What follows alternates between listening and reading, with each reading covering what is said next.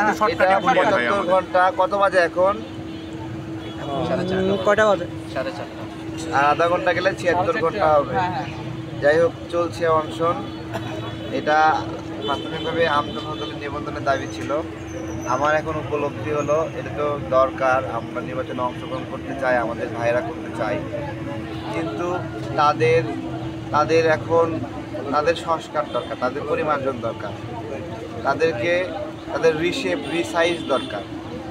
তাছাড়া যদি নির্বাচনে যায়, এরা উঠতে বসতে 102 বার বিক্রি হবে এবং যারা কিনে নেবে তারা মনে করবে যে আমরা কিনে নিলাম, এবার নিশ্চিত থাকলাম। নিশ্চিত থাকতে পারবেন না, এরা আরেকবার আরেকজনের কাছে বিক্রি হয়ে আপনারা ঠকাবে। ঠিক আছে?